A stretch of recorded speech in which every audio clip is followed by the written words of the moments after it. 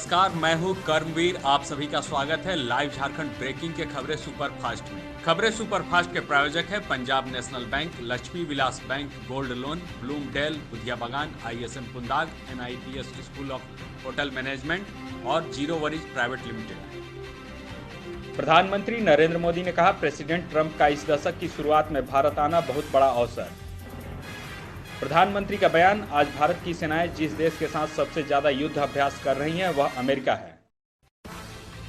भारत दौरे के क्रम में अमेरिकी प्रेसिडेंट डोनाल्ड ट्रंप पहुंचे राजघाट, दी बापू को श्रद्धांजलि।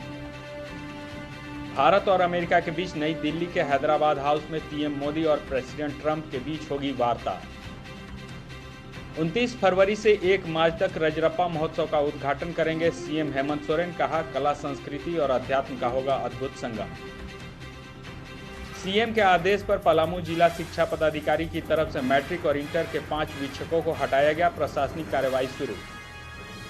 मुख्यमंत्री हेमंत सोरेन ने बाबूलाल मरांडी के नेता प्रतिपक्ष चुने जाने पर दी बधाई। कहा, भाजपा सार्थक एवं संवेदनशील विपक्ष की भूमिका निभाएगी। झारखंड समेत 17 राज्यों के 55 राज्यसभा सीटों के लिए अप्रैल में होगा मतदान।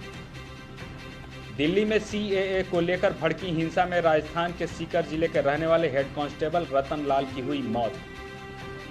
नई दिल्ली में CAA के विरोध में हिंसा के बाद रैब के जवान और पुलिस ने किया flag march. North east Delhi में लगी निषेधाज्ञा।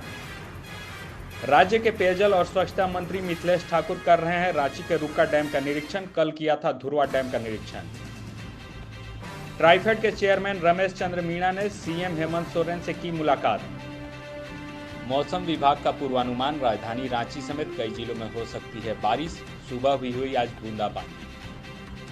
खबरों में बने रहने के लिए धन्यवाद। हम फिर से हाजिर होंगे नए बुलेटिन और अपडेट के साथ।